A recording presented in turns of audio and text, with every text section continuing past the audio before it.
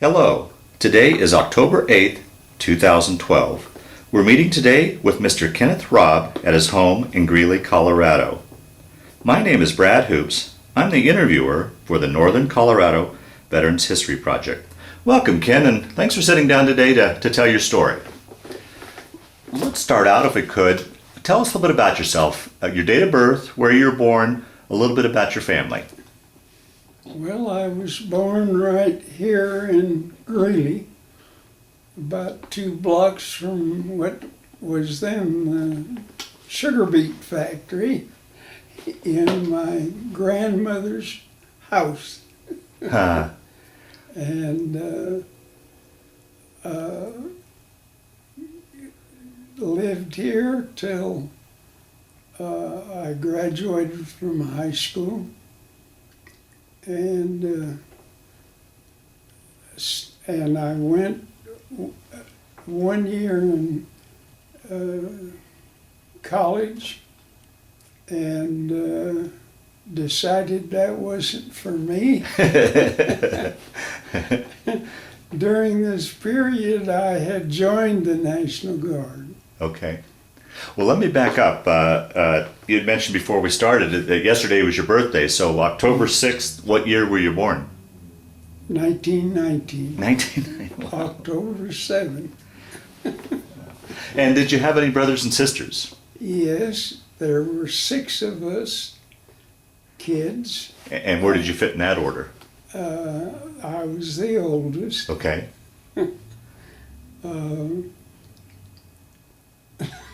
3 boys and 3 girls.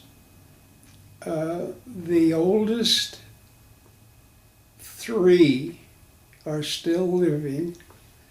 The youngest 3 have all passed away. Is that right? Huh. Wow. Sort of. And I lost my wife in 2010. And I have been living here for the past year. I'll be doing. Now, what did your dad do for a living? A farm. Farmed. Mm-hmm. We had a farm out by the Platte River. Okay. Okay. Well, one question I always like to ask your generation before we get into your military experience was what are your memories of, and how deeply was your family affected by the Great Depression? I don't think we knew there was a depression. You butchered a cow, a pig, a calf. We had sausage. We always had food, which I guess to a kid was a depression. Yeah, gotcha. Okay, yeah, Mm-hmm. okay. We walked to school about 1.5 miles, back and forth each day for 8 years. Mm. Didn't bother us a bit. Yeah, okay, okay. So as you were saying earlier, you graduated from high school, gave college a try for a year and realized that wasn't for you. What year did you graduate from high school then? 37. 37, okay. Mm-hmm. Okay. And went off to college and Right here. at UNC? Yeah. It was called the Teachers College then or something, was it? Yeah. Okay. Mm-hmm. Uh-huh. And so then after that 1 year, what did you do after you decided college wasn't for you? What was your next step? Well, I had a buddy whose brother was working for the railroad in Wyoming.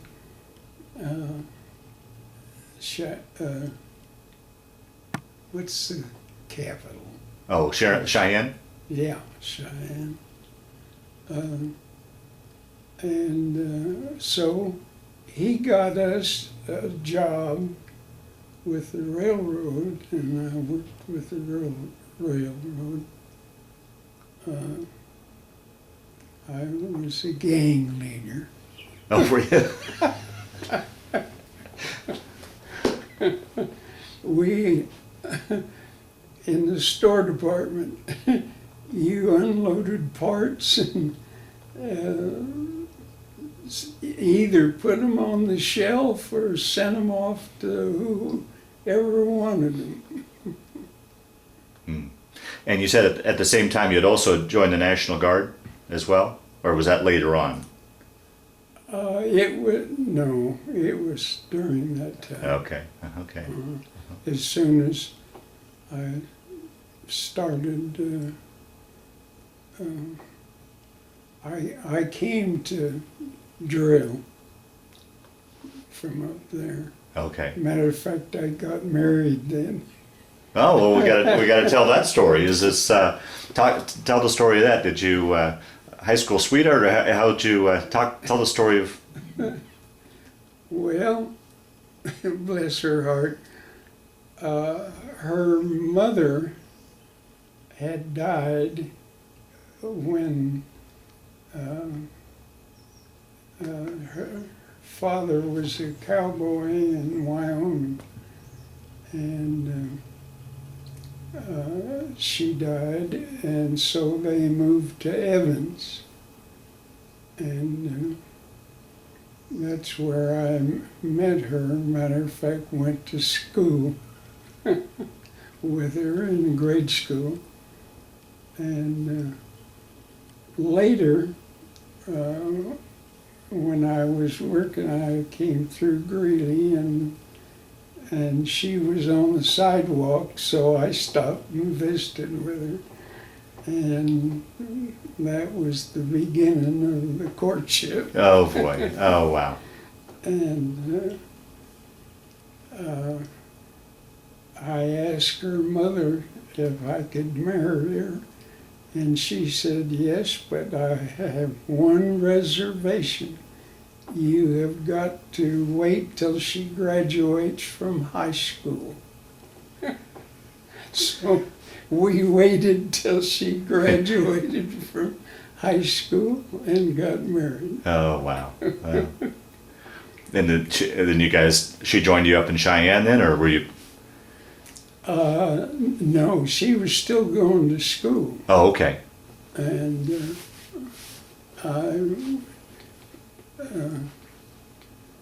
we got married in January, I remember that, Mm. in Nebraska.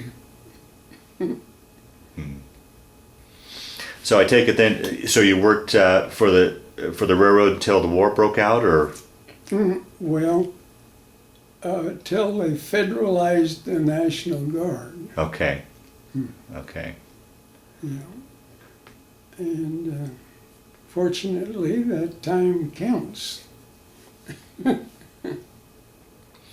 Now, do you remember where you were and what you were thinking when you heard about Pearl Harbor?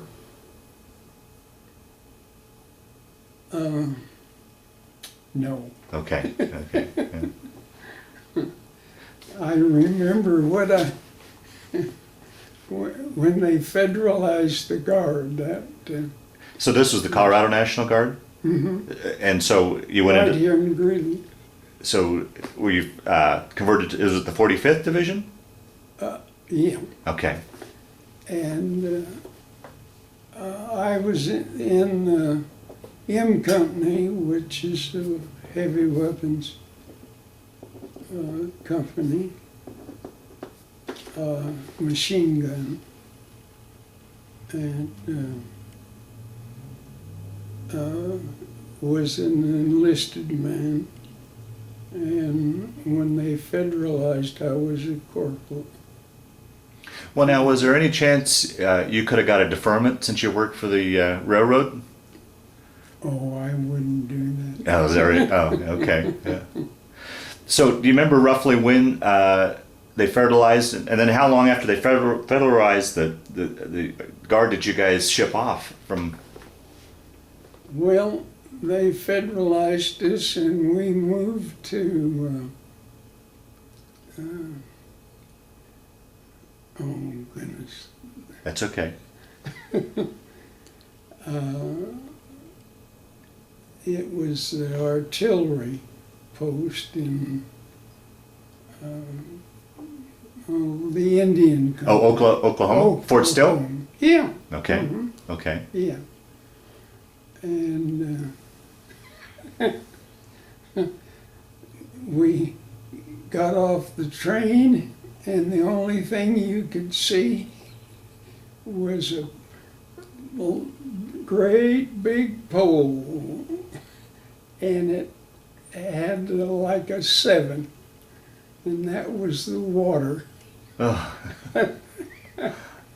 And you had to haul your drinking water from that water thing. Now, were you living in tents then? Oh boy. And it was cold too. It was winter. Oh. Well, that must have been tough leaving behind your wife, taking off. It was. Yeah. Yeah. Every time we had the opportunity, of course, you went from Fort Sill to Greeley. And she was living with her mother. Yeah. Yeah. Yeah. How long were you guys down in Fort Sill then? Till we moved to Abilene. They built I've forgotten the name of it, but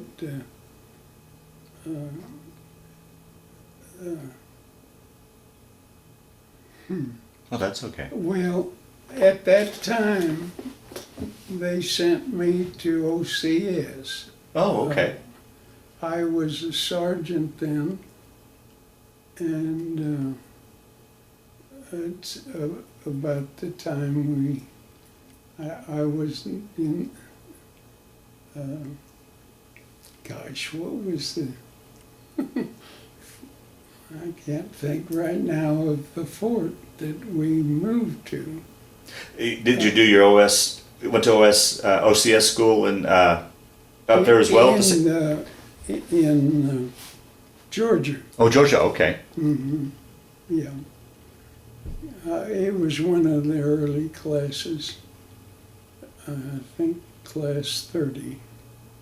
If I can Yeah, that's fine. Yeah, remember that. Graduated from the school, fortunately, and went to Fort Ord, California with the 3rd Division. 3rd Division was made up of 3 regiments, one from San Francisco, one from China, and one from the state of Washington. Those 3 were gathered together in Fort Ord. So after your officers training school, then you were separated from the guys that you had gone in the National Guard with, and you completely into a completely different division? Mm-hmm. Oh boy. Oh. Yeah. Nothing worse than a second lieutenant that knows everything. Oh. Were you called, what was it called, a 90-day wonder? Is that? Yeah. Okay. Well, it must have been interesting, because I imagine, like many in your generation growing up, you probably hadn't traveled too far away from this area. Now you're Oklahoma and Georgia and across the country to California, bouncing all over the place. It must have been... And we knew we were going to the Pacific. Oh, boy. Yeah. It turned out we went to Africa. Is that right? Yeah. Uh, Got on a train, nobody knew, but we found out real quick that we were not gonna go to the Pacific. And we made the invasion. well, before we get to that point, so did you take a train then across to the East Coast? Mm-hmm. And where did you depart the United States from? Do you remember? Oh, it was a port, a Navy port. Oh, in Virginia? Gosh. Norfolk? Blackstone, Oh, okay. that was where we got off the train at Blackstone.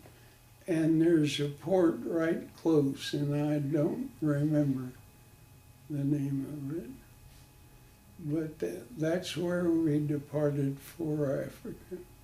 Well, let's talk a little bit about that crossing. I mean, that begs the question. Here's this landlocked farm boy from Colorado going to sea. How was that trip crossing the Atlantic for you? Did you get your sea legs? Yeah. Really? Yeah? Yeah.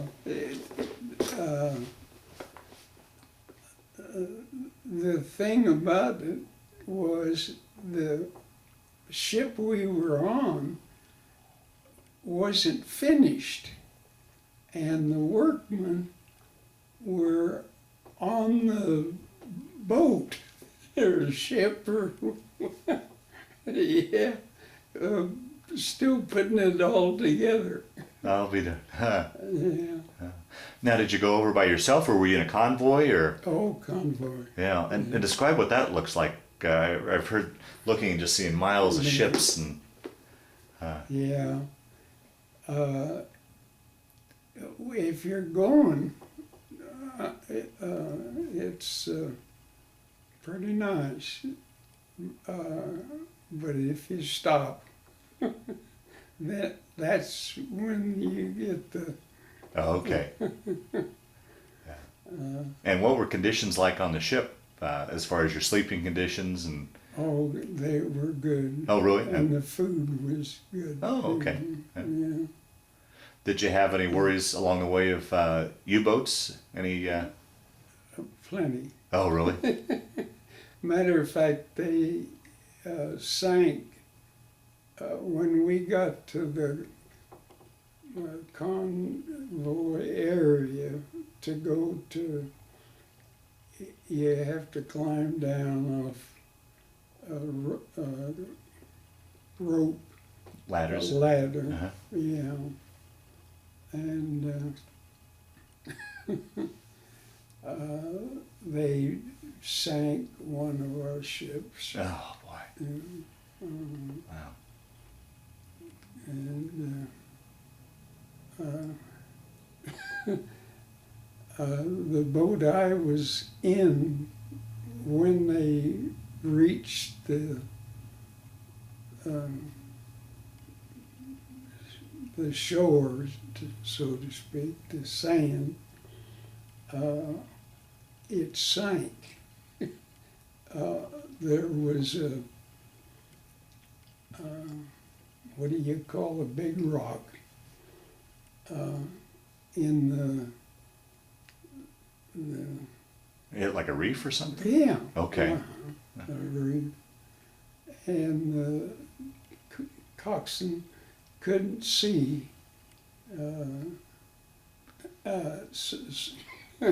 but we didn't, the boat filled up with water, but we were about, I don't know, a good little ways it seemed like from the shore, but we could, one of the fellas swam to the sand with a rope, and we just all followed the rope. Wow. Wow. Now, when you jumped over to the 3rd Division, were you still in heavy artillery then, or what was your? No, I was a second lieutenant with the platoon in the anti-tank company.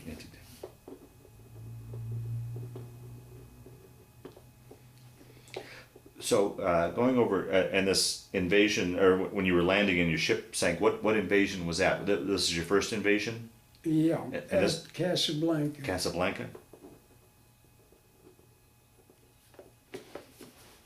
Yeah, and I made 5 of them. 5. How is it, talk me personally, and probably many that'll watch this that have never been in battle, what do you think, what's going through a person's mind is like you're taking that boat up to the beach and you know you're going into harm's way. I mean, what goes through a person's mind during that time?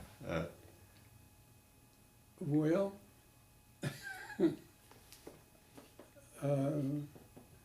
get me ashore. Yeah, it's no fun from the ship to the shore, but you're just wanting to get there, that's all. Wow. Wow. So we'll continue your story ahead. That guy swam ahead, got the rope, and you worked your way to shore. Mhm. How was there heavy fighting in that invasion and on that particular beach landing, or? No. Yeah. The deal was that if the with that big light, gosh, Like a searchlight type of? yeah, searchlight. If the searchlight went straight up, that meant they surrendered. The French. We were fighting the French. Okay. Uh-huh. And if the searchlight went up, that meant they had surrendered and weren't going to fight. And if it went down, you were on your own. And we were all, the searchlight came on and it was up, of course. But it didn't stay up very long. And then it came down. And the boat that I was in, we were receiving machine gun fire. Mm. But it was going in a motor really has a raise behind the boat, the water from the propellers. Mm-hmm. Well, they were going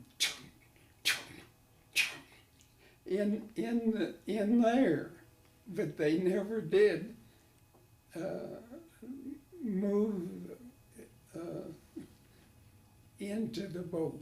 Mm. They didn't. Ah.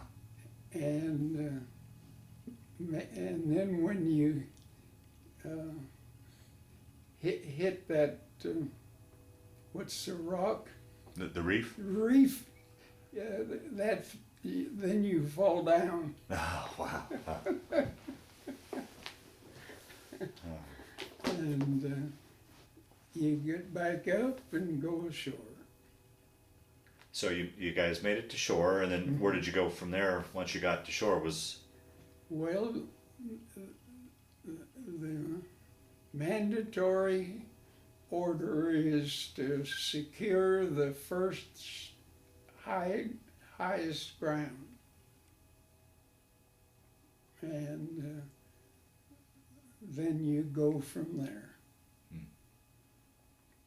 So was this a nighttime invasion or a nighttime landing? Yeah. Yeah. Okay. It was a daylight landing, but you got, I don't know, 5 o'clock or Okay. something. And you hit the land. Okay. Yeah. And how long did fighting go before things were secured?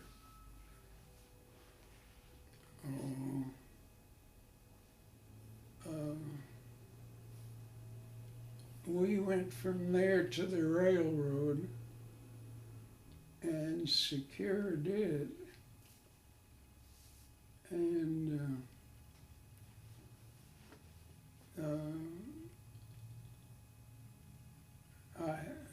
you you go to get away from the shore because they were planes were hit machine gun Strafing the, yeah, oh, and you didn't want to be there. yeah, right. Wow. So you went in and I don't know, you go in a mile or whatever if you're fighting, you go until you get them you get some elbow room. Mm. And then how long did fighting go on before it was over and things were somewhat secure? 3 days. 3 days. Oh, wow. Yeah. 3 days, and we had our objective, and the French surrendered. Wow. Mm-hmm. St. John de Fadella was the fort that was on the coast. Wow. So now you've got Casablanca secured. How long did you guys stay there before you moved on then from? Well,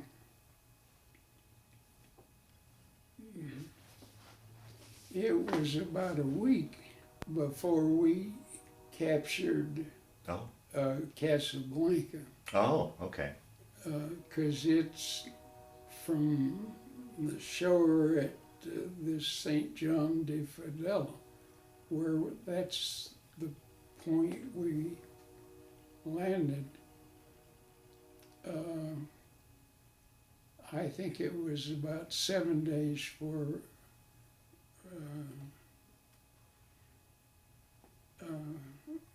and the thing that surprised me so much was the artillery from the ships, battleships. Oh, wow. Man, that thing looked as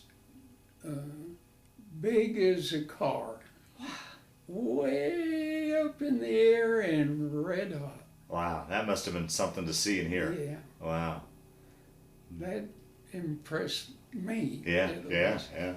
And when we got to Casablanca, I went,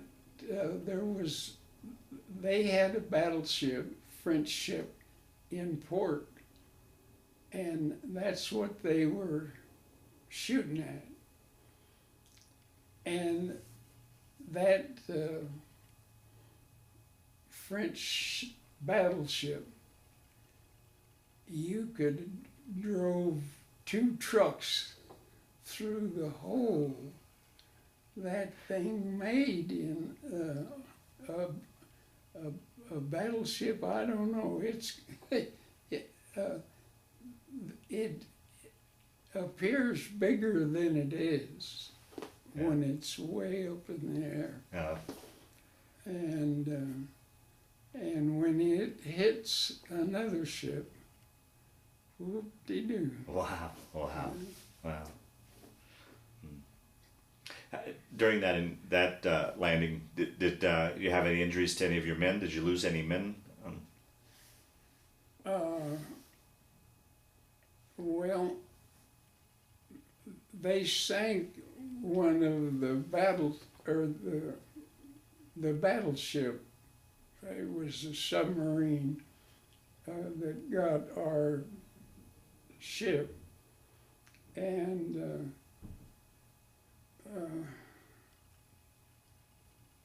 my particular platoon was not on that ship, but part of our division has regiments, Mm-hmm. and the regiment was on, part of our regiment was on that ship. And they,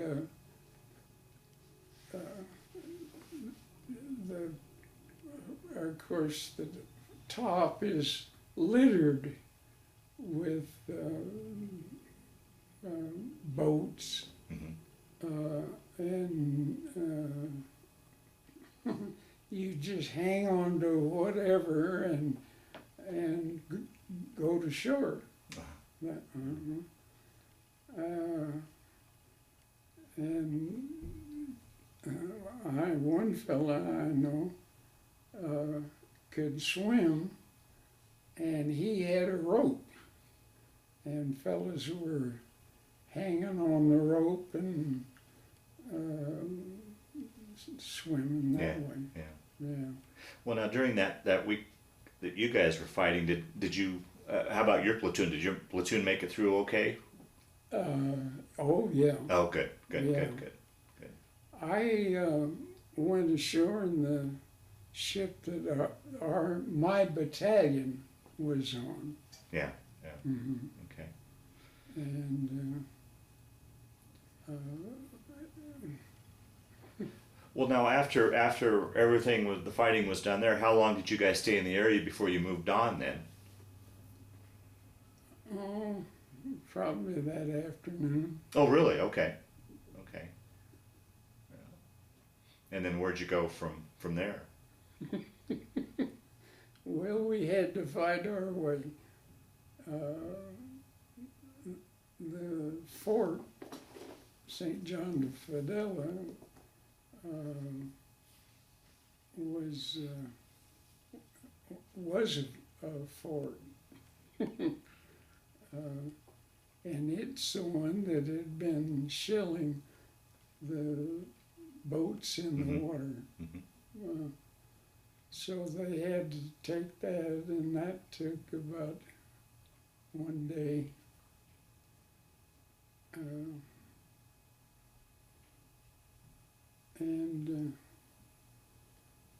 Yeah. Well, now once all the fighting was done, once you advanced and taken Casablanca and all the fighting was done, how long did you stay in the Casablanca area before you guys, I'm assuming, started moving eastward? And where was your next movement to after Casablanca?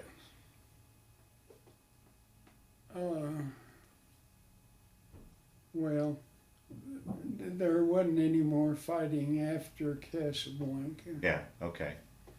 And then how long? Then so you stayed in that area and regrouped, or did you move? Yeah. You took care of the people that had surrendered, and we stayed in that area. Oh, I don't remember, but just a matter of weeks. Okay. And then from there, did you get back on a ship and go somewhere, or did you go across Africa, or where did you go from Casablanca then? Sicily. Oh, really? Okay. The invasion of Sicily then was the next one. Yeah. Oh boy. And from Sicily to Italy. Yeah. And from Italy to France. Southern France. Wow. And from France to Germany. Wow.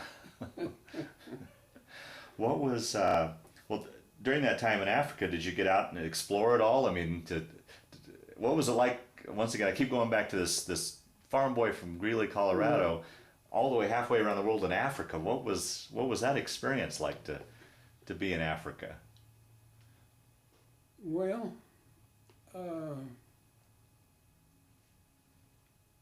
let's see. I am wondering,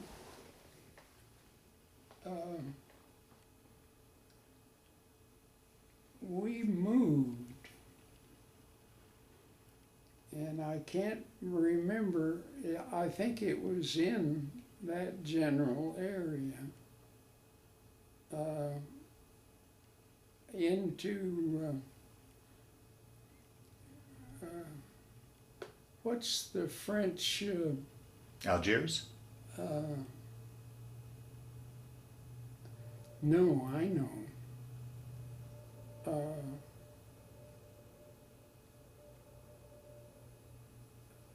We moved,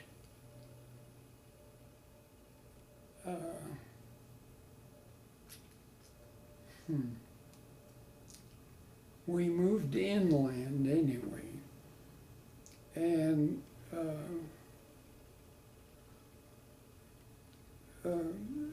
they're still fighting in the desert and coming up, and we're holding the interior.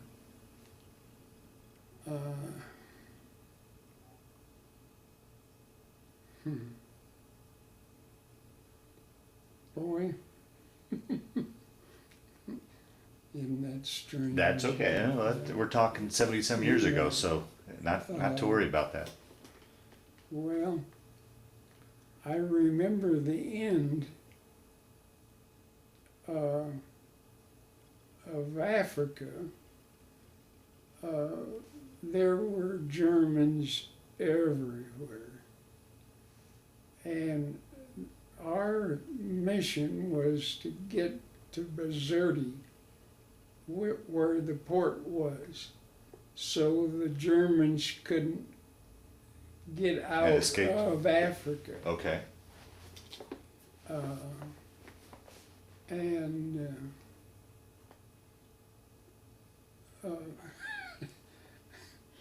we would tell the Germans to put their guns down and keep walking. And we'd go on.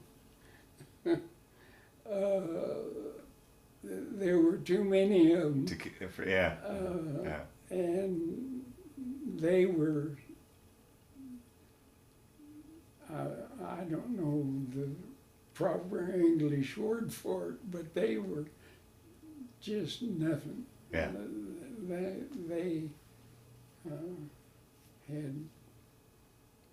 They knew that they couldn't get out, and so.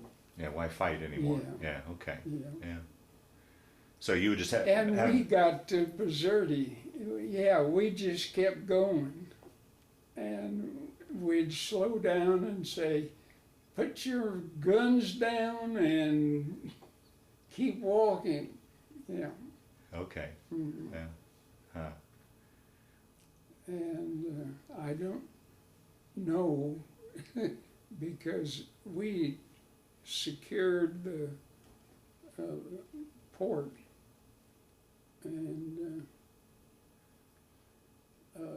sit there for a good little. I don't remember the length of time, but we knew we were going to Sicily. Mm-hmm.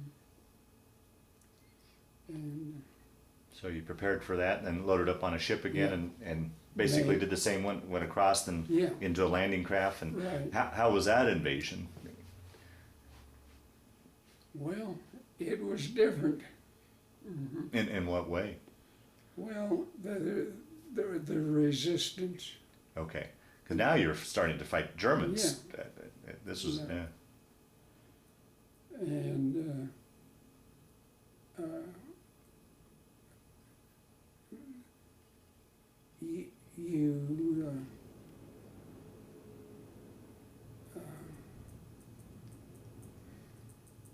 well, you put teams on the shore and Red Beach, Green Beach, some other beach. So these guys know where to where to go. Mm-hmm. And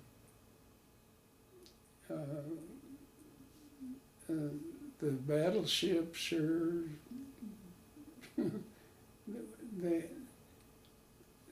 tank, infantry, artillery. That's the key. Tank, infantry, artillery.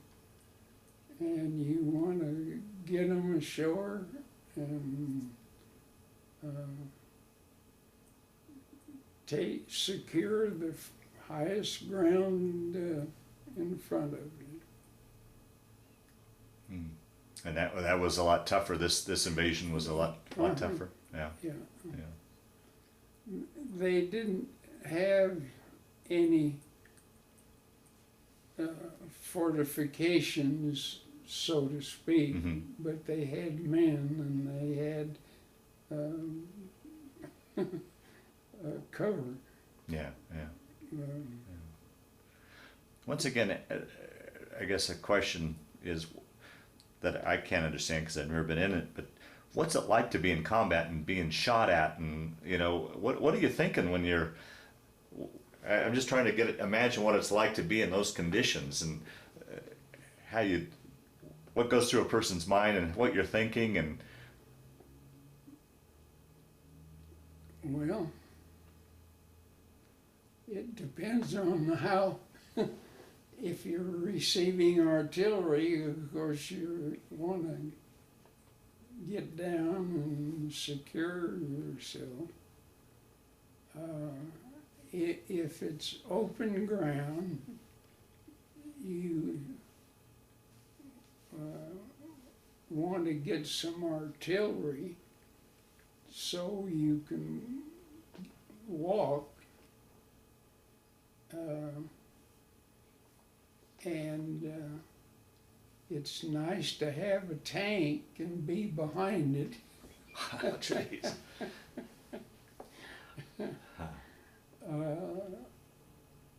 And you just, if you can go through a week of battle, you stand a good chance then of you gotta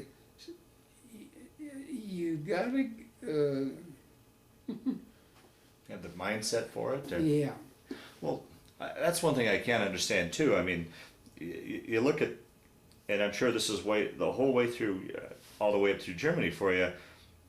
You probably weren't in the best conditions. You probably weren't getting enough sleep. You probably weren't eating properly. Hygiene probably wasn't so good. You're out in the elements. I mean, it just seems to me that any one of those conditions can knock a man down.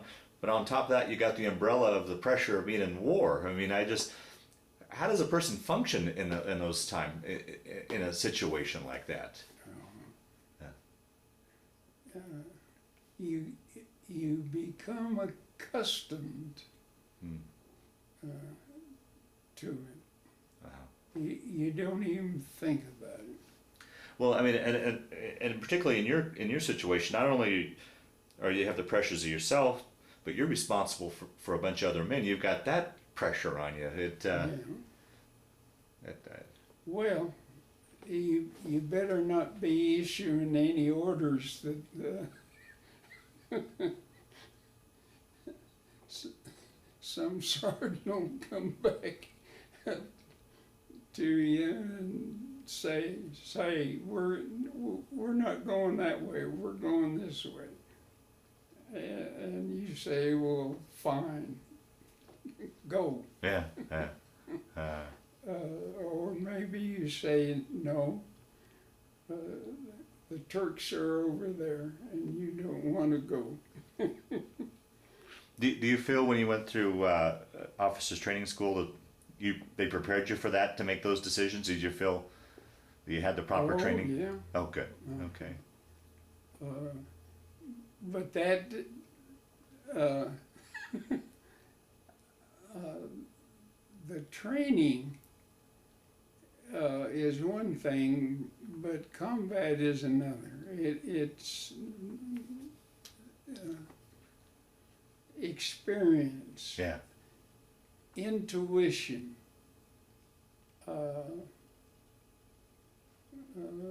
outguessing what's going on. Mm-hmm. Okay, so we were talking about Sicily. So you made the invasion of Sicily and got a foothold, and I assume you guys started working your way across the island. Mhm. Yeah. Now, the good part, we had up to this point, the general that slept, the Patton? guy, Patton, yeah, was in command. And in the landing at Sicily, we had the British on one side and us on the other. And of course, men being men, the race was who could get to the other side the fastest and get into Italy. And it was Patton and the French, or the... Montgomery? Yeah.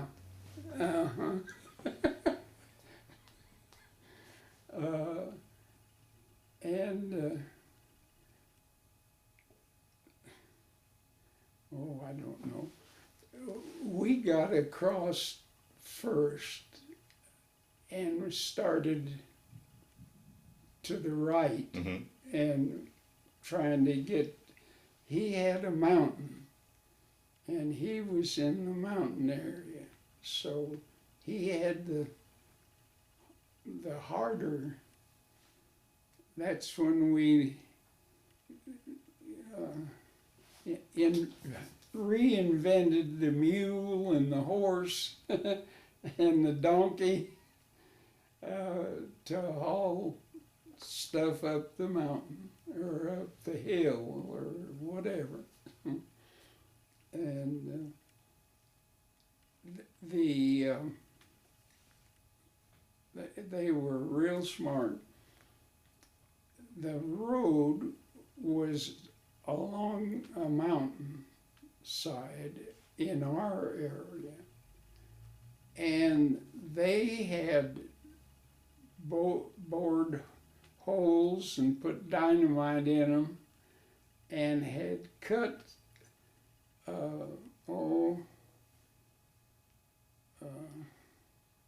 I would say 400 feet at least of that was sheer cliff. Oh, jeez. And you had to go in and bore a hole and get a bridge, bring a bridge up, and stick this bridge in a hole and get it in secure enough that tanks and how they do it, I don't know. Those engineers, and they work night and day, and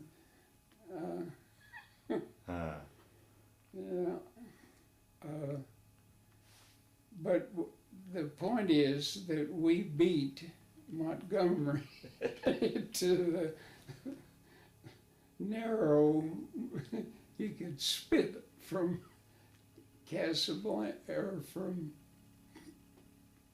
Sicily Yeah. to Italy. Wow. Yeah. And how was the fighting along the way? Was it? And he had his men lined up, and played the national. Kind of rub it in his face? Yeah. Oh boy. They're great people. And they fight a good fight too. What were describe to us that are watching this what it was like there in Sicily? Was there a lot of damage from the war, or the villages and such that you would come across? Were they pretty beat up, or Again, the village as you were moving across Italy or Sicily? Describe for us the scene there. Was there a lot of damage from the war? Were the villages pretty beat up, and did you have much interaction with any of the civilians as you moved along? well,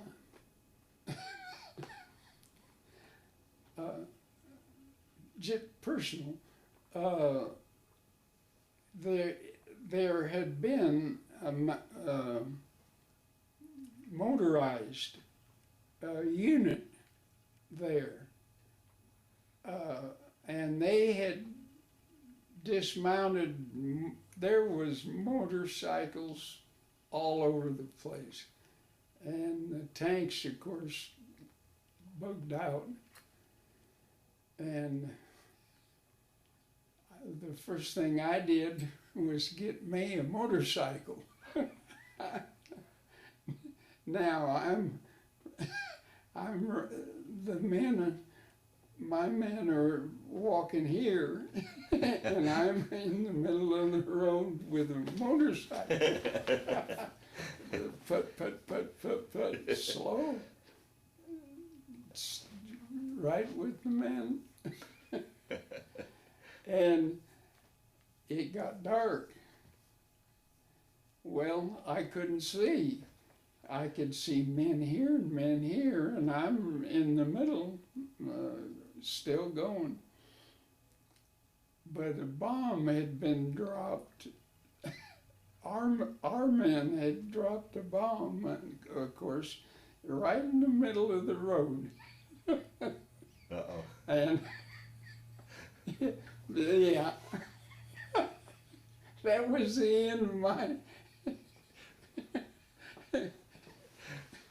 I thought I had it made. I wasn't going to walk anymore.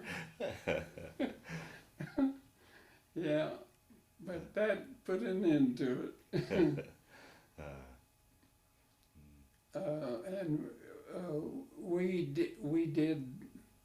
We moved at night. I don't recall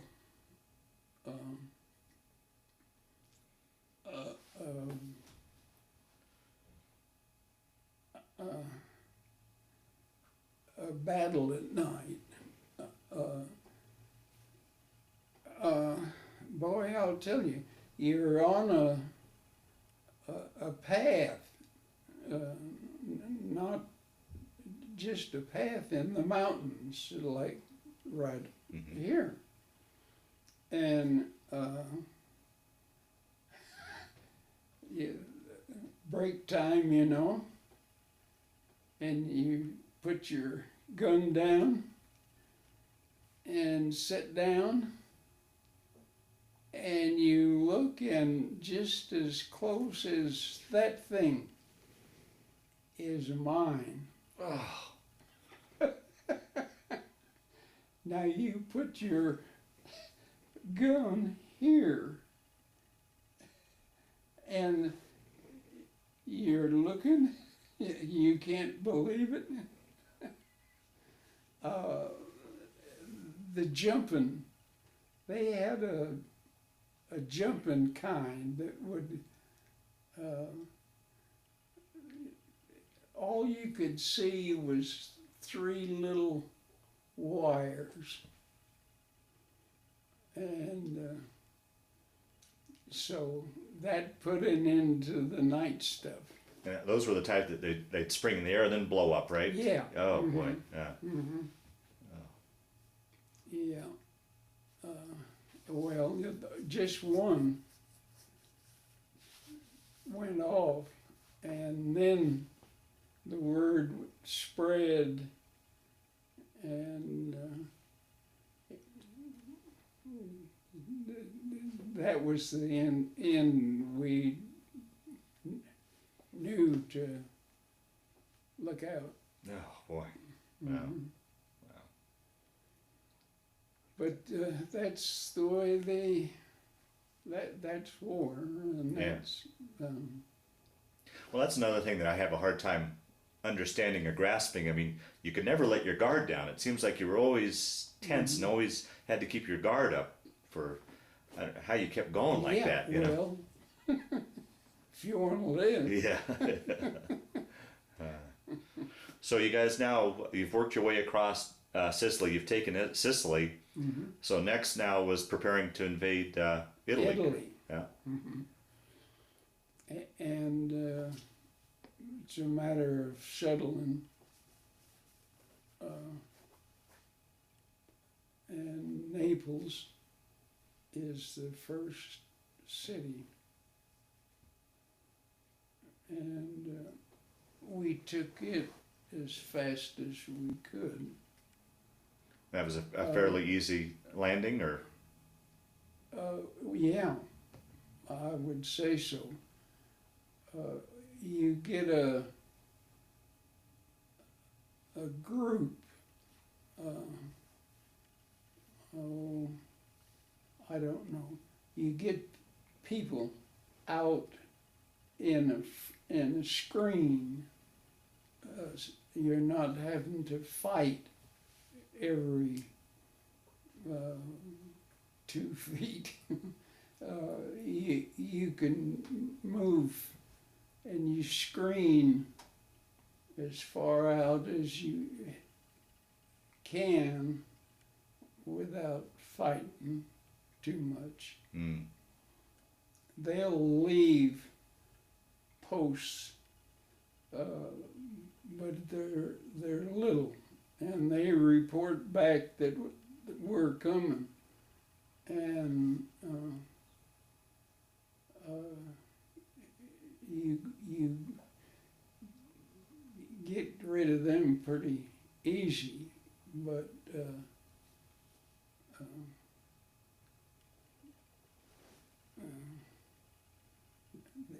pretty soon you're gonna have to fight. Yeah, you yeah, know. yeah. And how long then were you in Naples? Were you there for before your next movement?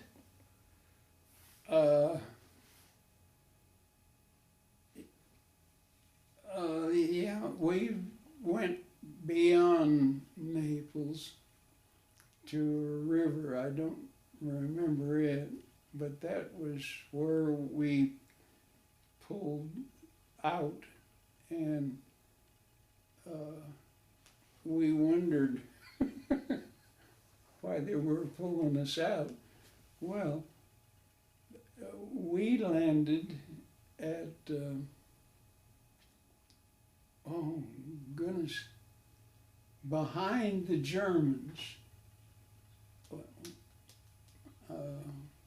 was in Anzio.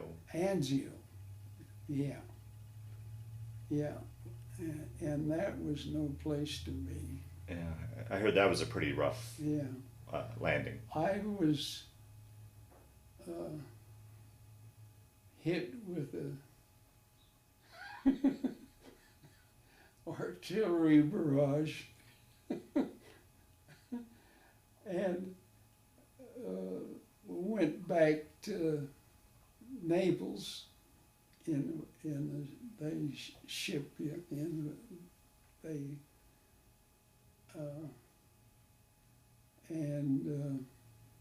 well, I had 3 Purple Hearts.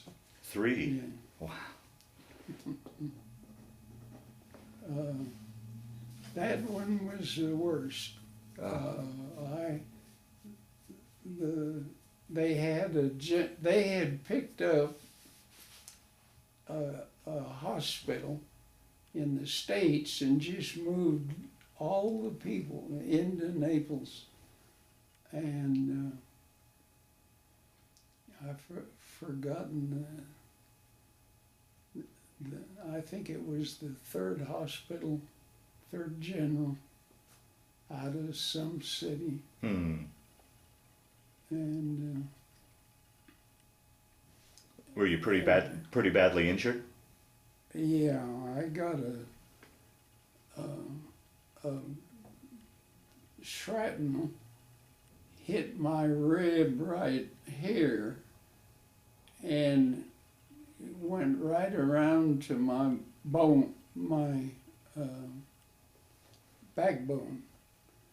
The doc said if it had been more,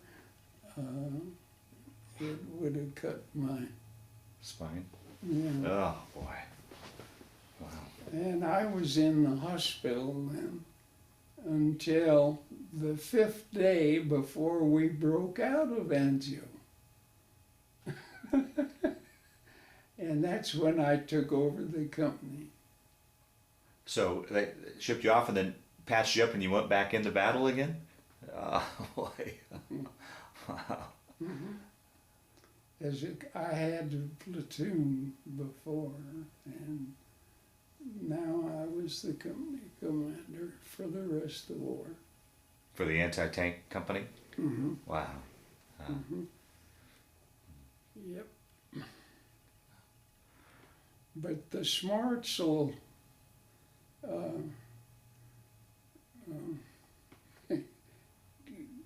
do wonders for you. Yeah. If you, there's some things, I was driving down the road, I wasn't driving, of course you had a driver, and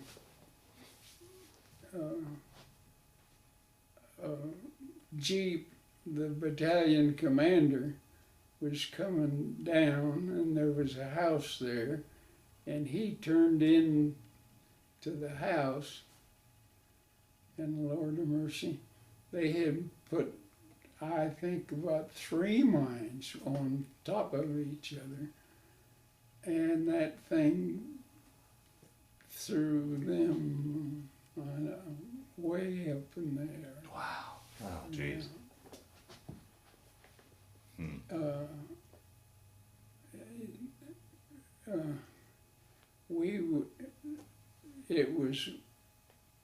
They were bugging out, the Germans, and we were trying to, that's confusion, and you take advantage of it. And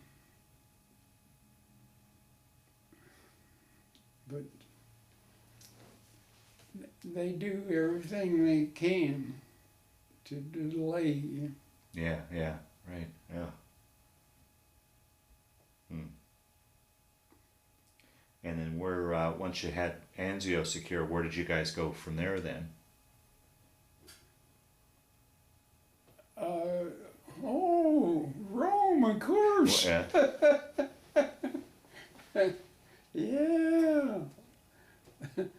That was a little peek at heaven.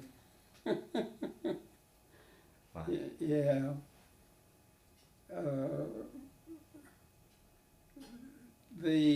Supposedly they had made a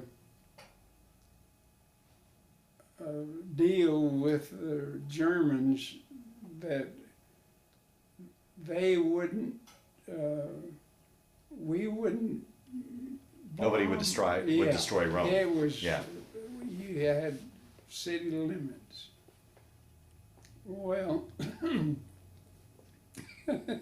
they had city limits, but we had areas that we were to secure.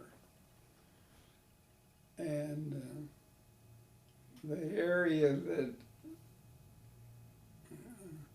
I wish I had that map,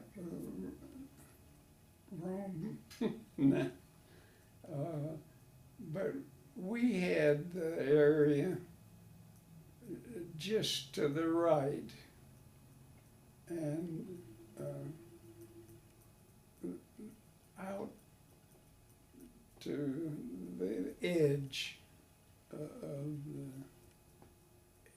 the city.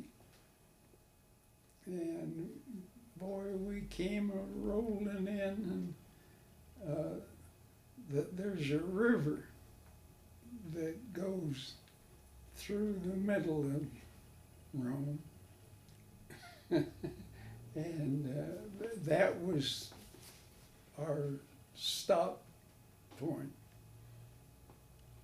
And we got up to the stop point, just driving.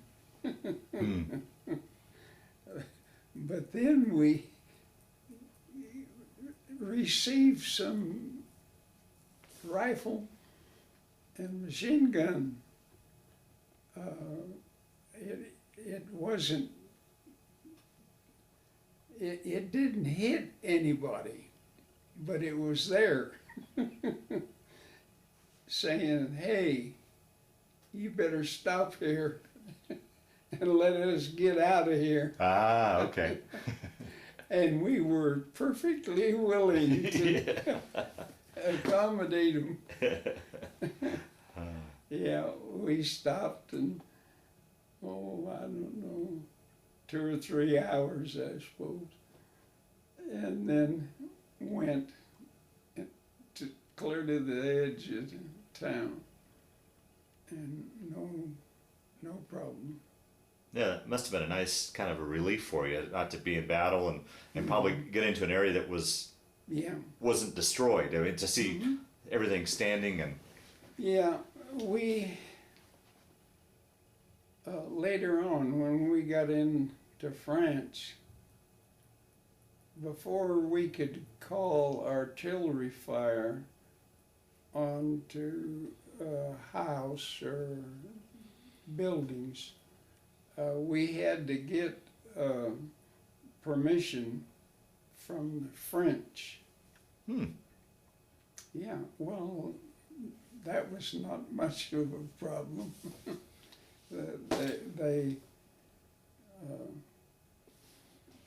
If the one I was in was, we were marching down through this main road through town, and received a rifle fire from inside the houses. So we called the regiment and told them, and they had Frenchmen in every regimental headquarters, I suppose. Okay. And of course, so we turned around and marched back, and then just lowered the boom on those houses. Well, backing up once, let's go back to Italy before we move into your invasion of France. During that time, did you have any chance to get out and explore Rome at all, to see like the Colosseum or the ruins or anything like that?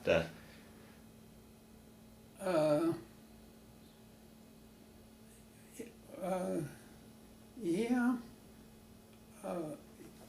You. I always had an interpreter in the Jeep with me, and once in a while you would have. You had to be careful taking off. But I'd call the exec and say, hey, you're the chief dog for a while. I want to go see. You'd go. But that was very seldom. Yeah, right, sure. Now, along towards the end, we ran across that,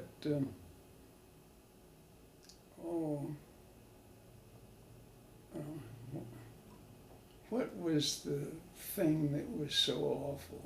where they burned. Oh, the concentration camps? Yeah. And it wasn't in our sector, but one of the officers I knew said, "Ken, you got to go see this." And it was fresh. And I'll tell you.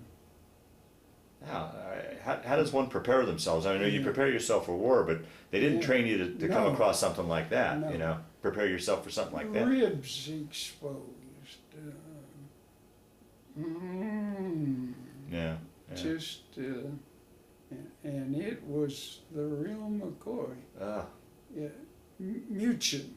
Yeah. It was right out of Munchausen. Muchin. Mhm. Boy, why, how man can treat another man. I can understand war, Yeah. but that, oh goodness. Mm. Well, let's continue your path. So after Rome, then you guys prepared and did the invasion of southern France. Was that your next landing after Rome?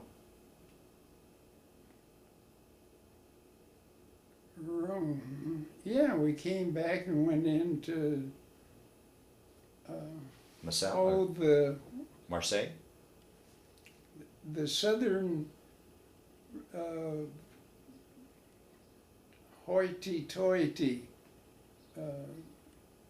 was the area where we landed, and I can't think of the name. Is it Marseille or Caen or? It was southern France, so you came, came in southern France. Yeah.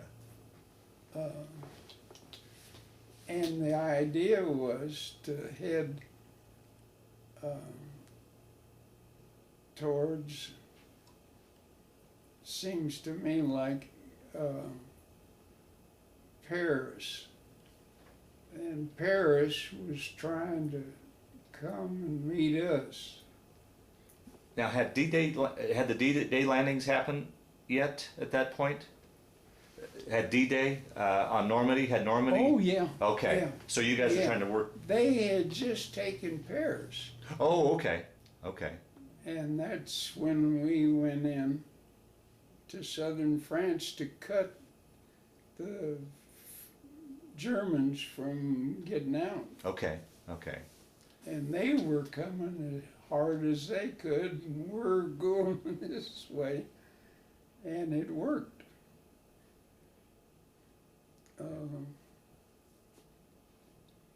I mean, altogether you did 5 landings. Did they ever get any easier, or were they ever, or was it always just a tough row every time?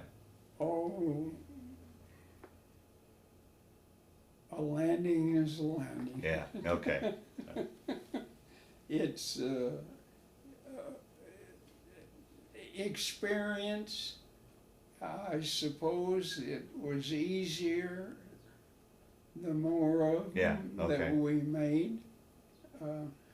In one case, I put the anti-tank guns, it's bigger than an artillery piece, kind of, on top of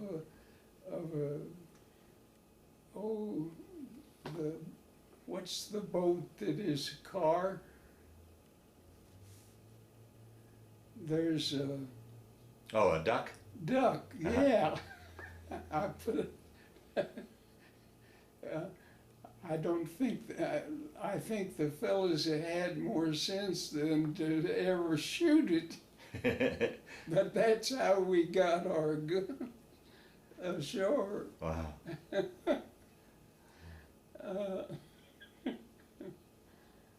And during this time, I mean, you guys here, you started way back in Casablanca and worked your way all the way to southern France and then up through Germany. During that time, were you ever pulled back for R&R, or it was just go the whole? No. Oh, we had the officers had all the officers had R&R to Paris or later on to England about every 6 months, I think. But that was kind of the tail end of things. So what about during the beginning when you were making all these landings? It seemed like you were just on the go all the time, or were there time when they pull you back and in reserve and to rest up and? Yeah, yeah. Oh, okay. Okay. Well, you can only go. You can only wear a pair of shorts and an undershirt for so long, and then it's going to fall off. They had these, it's a shower tent, big one, and they would place them, and you got it. But it was only maybe once every, I'm going to say 2 or 3 months. Well, yeah, you can stay in combat for over a month. Wow. And especially if you're winning and moving. Yeah, yeah.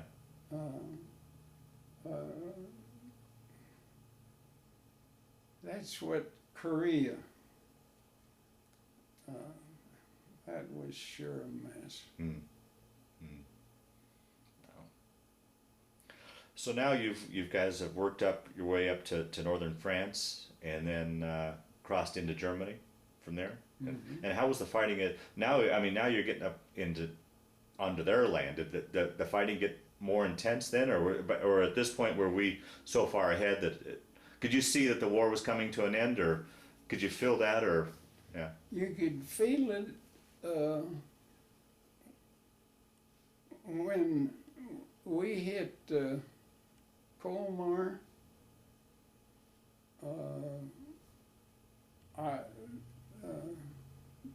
In other words, when we hit Germany, we knew. And that, I saw, there's 2 cities not too far from Frankfurt, and big cities.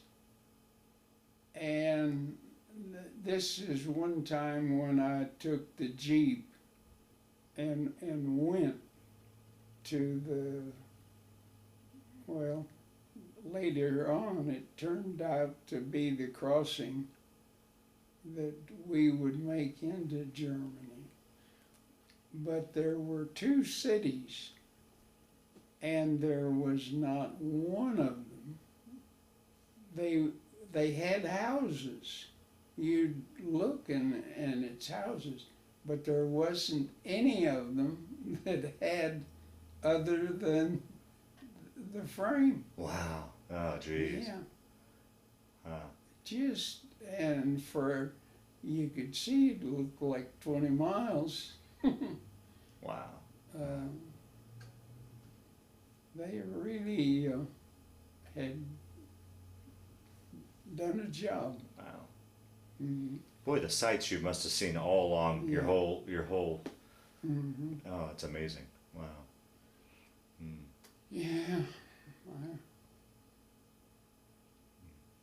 During this time, let's talk a little bit about the home front. Talk a little bit. I mean, today, we were just looking at your cell phone. Today, we've got cell phones and computers and such. Your only option back then was mail, correct? And as far as communications back home, and how was it with you guys on the move all the time? Was they able to keep mail up? Yeah. Yeah. Yeah. We got mail. Yeah. Mm-hmm. Mail call. And it would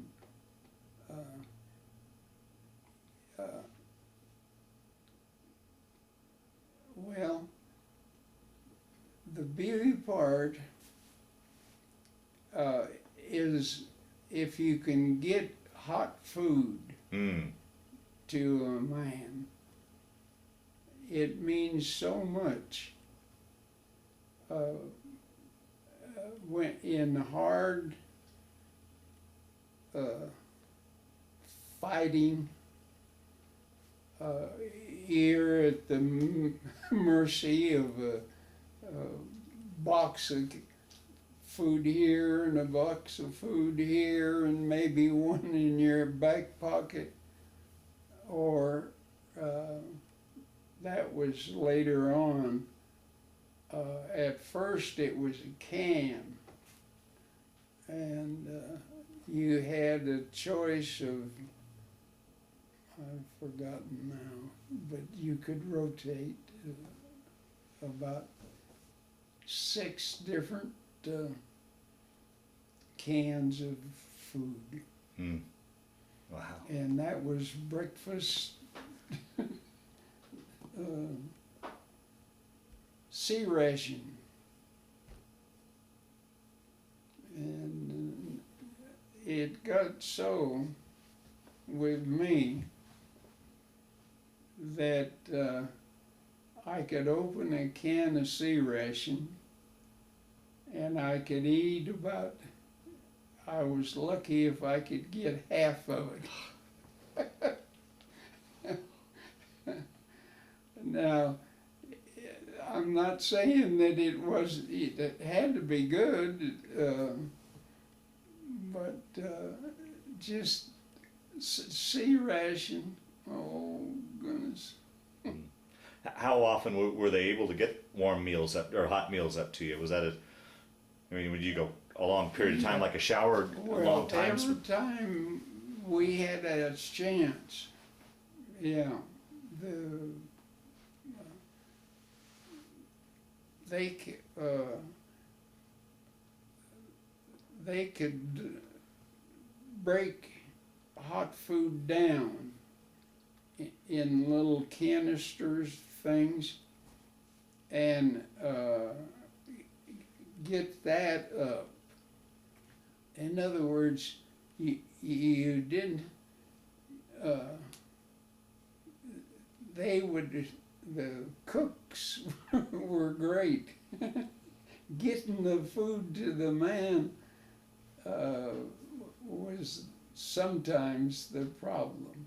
Yeah. But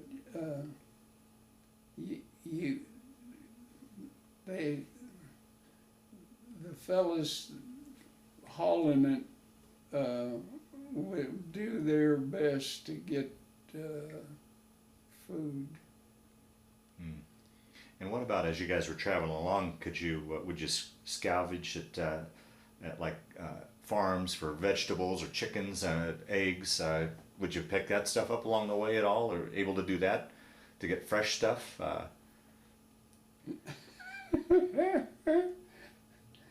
Where was it?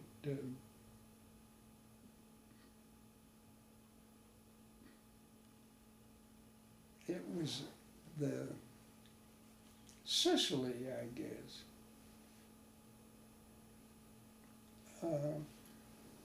You take the first highland and yeah, right below us was a house, and there were 6 chickens around that house. And the sergeant said, "Can I go down and get those chickens?" And I said, "Oh, yes, you can." Well, it turned out it was more, I think 10 or 12.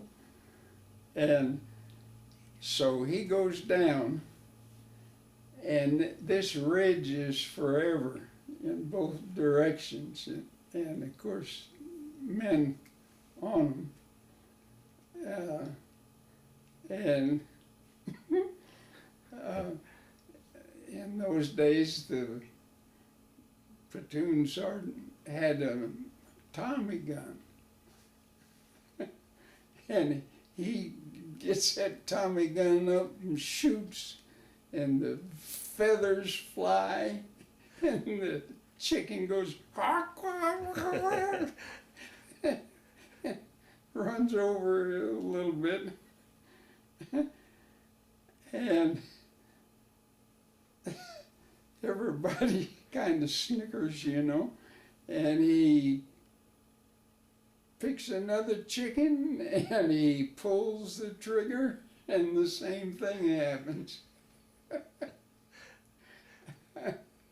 And from way off down the line, put it on single, you idiot!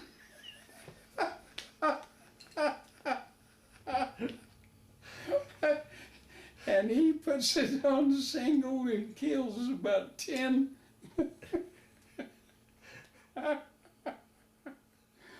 But everybody laughed. You could hear them. That's the funniest thing that I think I heard during the war. They brought him back up and you guys roasted him and cooked him up for everybody? Yeah. Yeah, that's the best meal I ever had. Wow. Yeah. Oh boy. And it was in a helmet, steel helmet. There's a liner. I've got one in there. And you wore the liner, it was nothing. And the helmet, though, we cooked with the helmet. Wow. Yeah. And shaved out of it and Yeah. did everything out of it pretty much, huh? We had the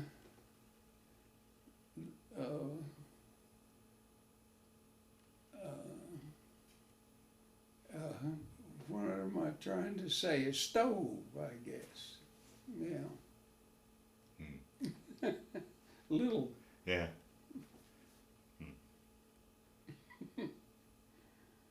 Well, getting back to letters and communications, were you responsible for scrutinizing the guys' letters? Did you have to do all the? Yeah. Because you couldn't let that get passed and sent home. So as an officer, I'm trying to think of the word. Well, that. How would you like to get a letter and have this cut out? And then you're reading the backside. It wasn't. You did it. But you didn't like it.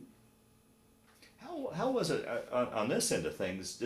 After you got back from the war, did your wife or your mom ever talk about what they were going through? Because you couldn't tell them where you were, and yeah. They would say they had something for meat or that sort of thing. With the farm, they can do better than city. But I mean, as far as them not knowing where you were at, and did they ever talk about how did they worry? And they must have been I would assume worried about you, just because. I think it was harder on the wives than it was on me. That's what I'm trying to get at, because they didn't know where you were, and it'd be weeks. It could be a couple week gap before they got the next letter. I only imagine what your wife must have gone through. Well, I think most soldiers felt the same way. Yeah. They're suffering with they not. You always think the worst. Yeah. Yeah, kind of. So now you guys have crossed into Germany and you worked your way down there, and that's when you came across the concentration camp, and or was that in Austria? Yeah, no, that was just before the end. Yeah. We had taken, what was that city? The big one? Frankfurt, Munich, Cologne. München. Okay. Uh-huh. Yeah, München. Taking that, and that, I don't know what the word is for that particular camp, but Oh, was it Dachau? yeah. Okay, Dachau was Yeah. outside of Munich. Yeah. Uh-huh. Uh-huh. Wow. Yeah, I felt that we didn't have much trouble taking München, and that's the biggest city, kind of, in that area. By the time we got into Germany, it was, and Yeah. Now, if I know your I know one other thing. They were encamped at the border of Germany and Austria. Austria. There's a city there, and there was a circus that had wound up in that town, and so all the guys wanted to go to the circus. And the division commander had sort of, by that time, matter of fact, that's where the war ended. That's where you were when the war ended. Yeah. Okay. Uh-huh. Mhm. And I get a call from the regimental commander, and he said, "Rob, the headquarters says that there's a,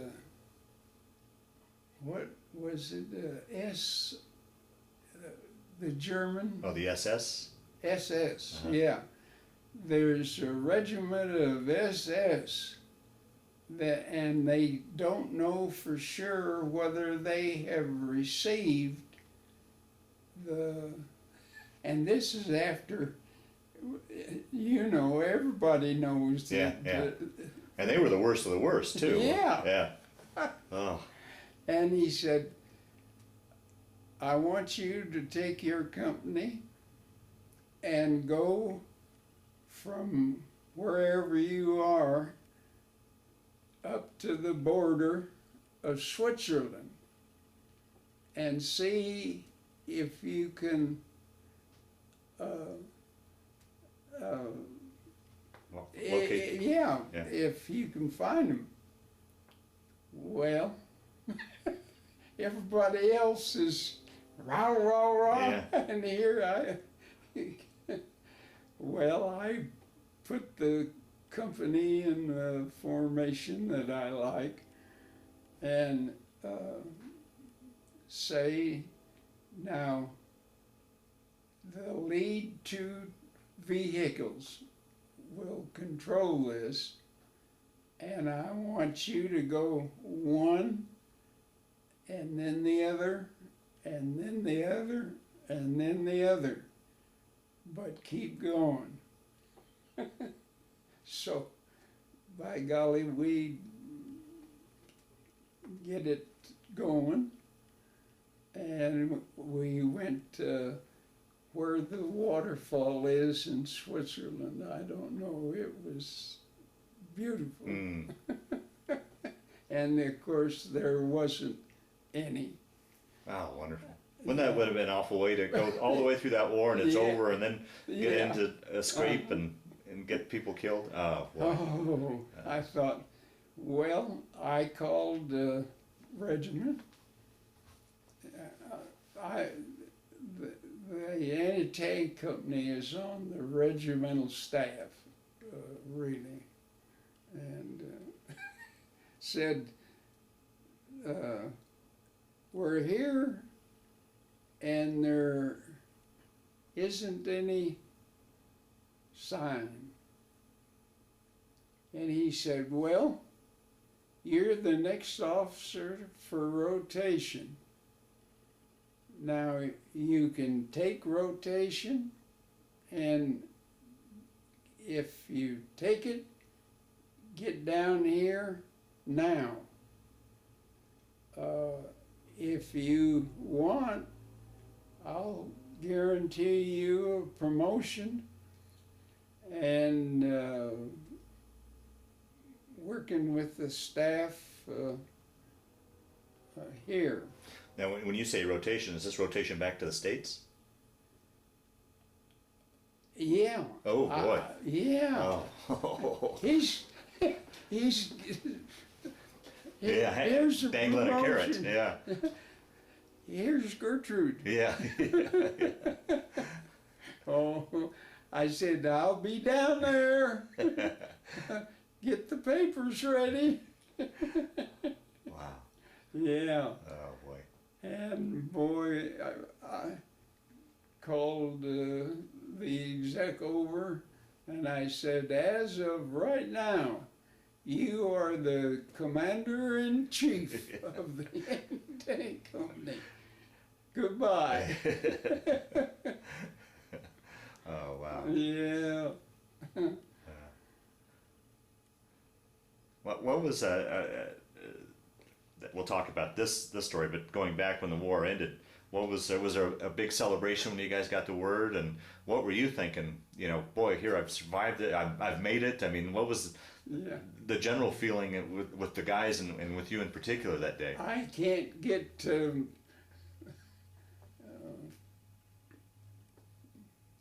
what's the country? Switzerland? Fast enough. Yeah. You guys don't tarry. Yeah. These guys on the front Yeah. will alert you, believe me, if there's a regiment out there. And those two guys were wonderful. Oh, wow. So you didn't have to stay as part of the occupation forces. Then right after the war, then you came home. I rotated the next day. Wow. Yeah. Lucky Strike. Yeah. Oh, okay. The Camp Lucky Strike. Okay. Yeah. Uh-huh. And then how long were you there before you got a ship home? Oh, not very long. They had started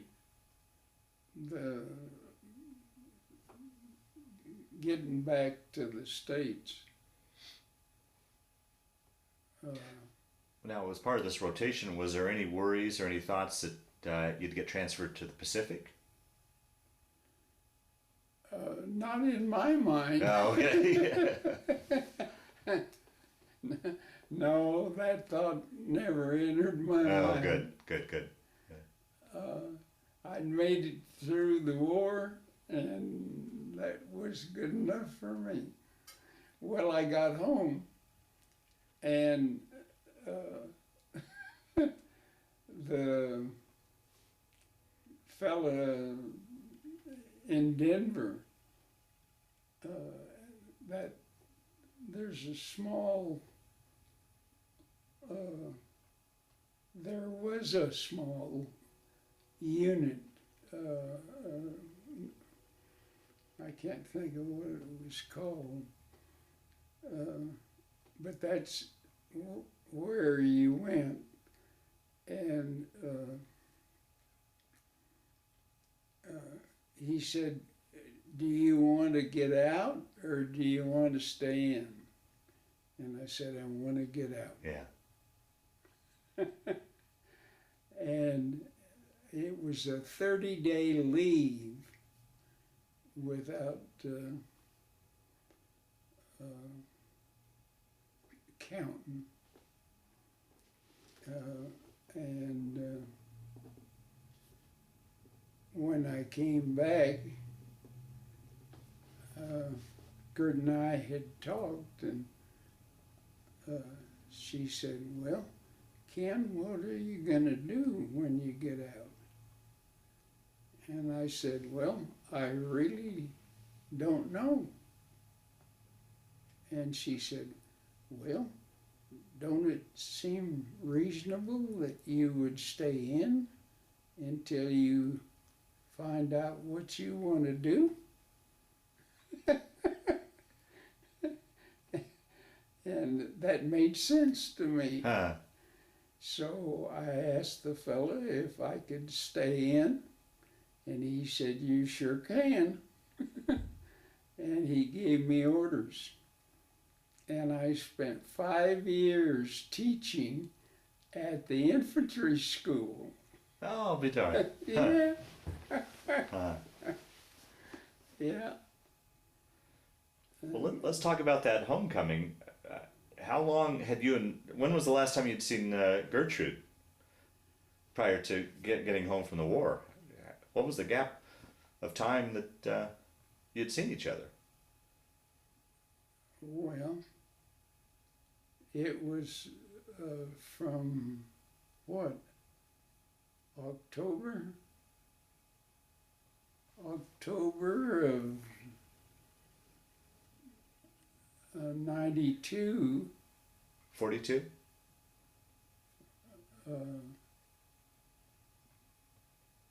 Yeah, when did we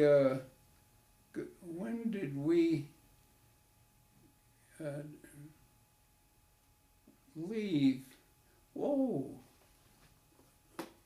Well, I had, let's see, I had 23 years of service, plus something, and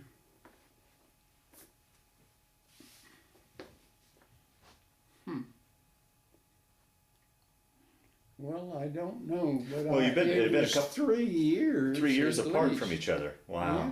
Yeah. Oh, Yeah. that must have been a wonderful homecoming. Yeah. Wow. And so then you went on to make the military your career then? Hmm. Okay. Okay. Yeah. I was a reserve officer on extended active duty. Now, in order to have this, you had to have 2 years of college. So at every assignment that I had also college to do. Mm-hmm. Okay. So I've been to a lot of colleges. Wow. How was that once you got back from the war and everything that you'd gone through? Was it hard to adjust back, to adjust to life again in the States and not seeing destruction and death? And I mean, today we talk about, talk about the post-traumatic syndrome and such. They didn't know that back then. Did you have any problems adjusting, nightmares or anything like that, or was it a pretty easy adjustment for you?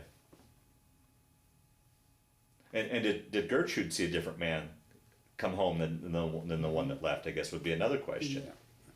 Well, Gertrude had a job, and she had gone to work.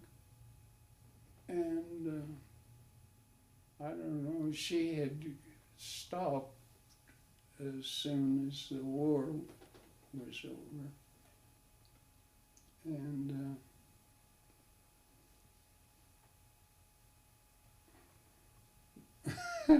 I don't know. The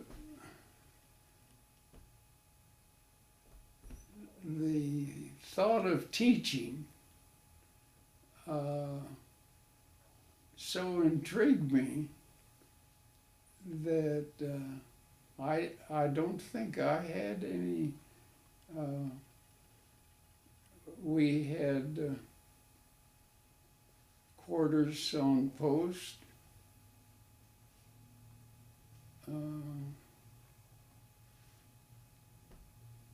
At Benning, and the commander of the infantry school was my division commander, and I knew him quite well. And so I'm Yeah. I was just pleased. Okay. Yeah. So it was a fairly good adjustment for you. Yeah. Then. Yeah. Okay. Uh-huh. Yeah. All right. And I didn't have bit of trouble. Okay. I had to memorize about 200 hours of lectures. But outside of that, why? Well, then, so you went on to make the military your career. 5 years down the road, the Korean War broke out. Did you get pulled into that at all, or did you stay stateside for that, or? No, in '50, I was in Korea. Doing it all over again, huh? Yeah. And you said that was pretty tough. It was pretty tough over there. I was a major then, and that's a battalion exec, and I came out of that with light colonel. Wow. Well, and once again, here you had to leave behind a wife, and I'm assuming children by that time. That couldn't have been easy. No, we didn't have children. Didn't have children yet? Okay. Yeah. Okay. No,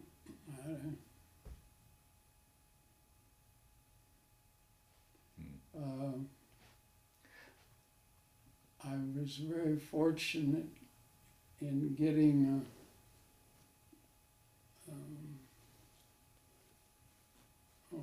the stock market.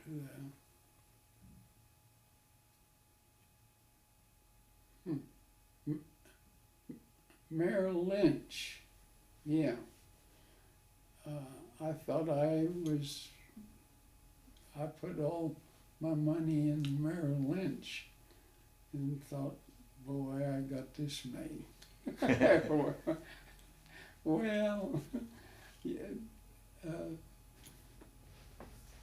I had one broker, and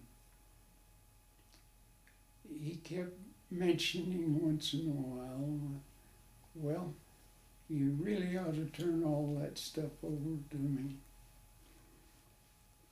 And I thought, oh, it's too much fun. Oh, so you were pretty much doing it on your own? Yeah. Oh, okay. And then in one of the lesser fall, or the fall, I lost a pretty good job. Oh, no. And so I said, well, Bob Gunderson, it's yours. And that rascal has really made me money. Oh, wonderful, wonderful. Yeah. So when you were back in Korea, now you're a major, were you back up on the front lines again, or was this a assignment a little bit easier than what you'd seen in Europe? Now, once more. When you were over in Korea, now you were a major. Yeah. Was this assignment much? Were you further back, or were you back on the front lines again, or was this an Yeah. easier assignment than Europe? Oh, I was.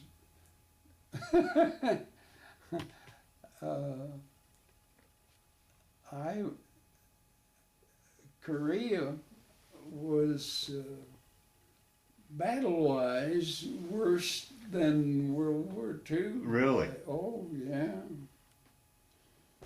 Those Chinese blowing their bugle and yeah. The 3rd Division was the first ones to go over into. We went in on the east side. In China? Yeah. And yeah, no, I was right with the infantry. Oh boy. Well,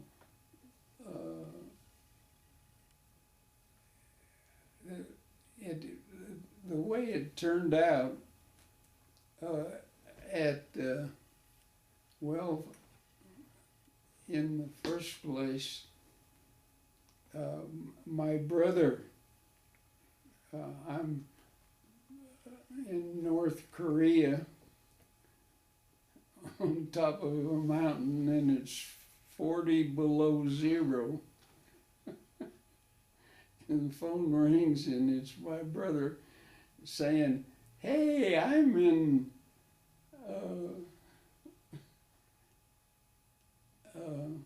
Incheon." And I said, "Well, what are you doing there?" "I'm driving a truck."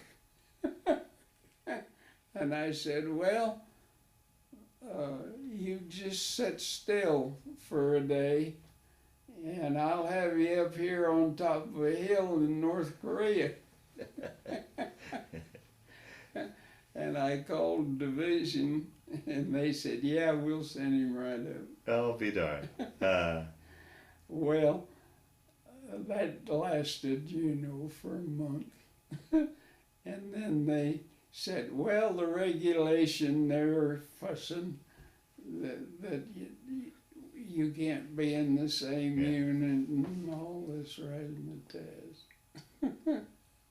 So I said, "Well, I'm pretty close to Rotating out? rotation, yeah." And it was, I don't know, a month and a half, I think. And I said, "Why don't you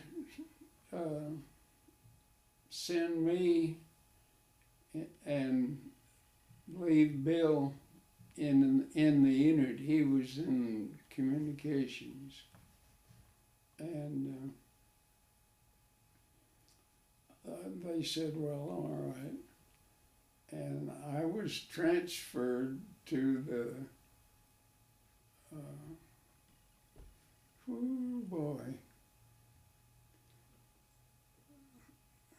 the island that is Spanish. Oh, wow. And, I can't think The of Philippines? it. The National Guard. They had a regiment of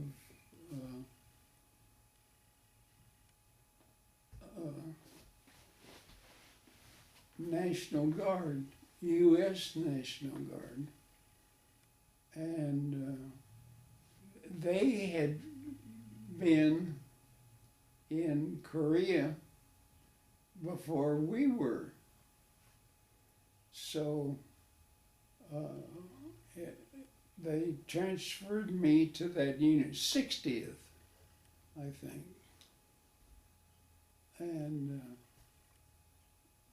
so I was transferred to a battalion in the 60th Regiment.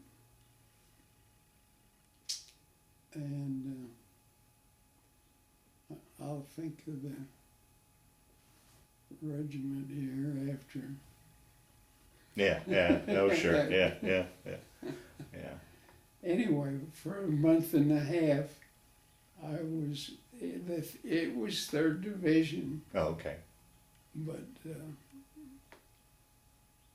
a different regiment. Mm-hmm. But you made it through Korea unscathed, no problems? Oh, good, Mm-hmm. okay, yeah.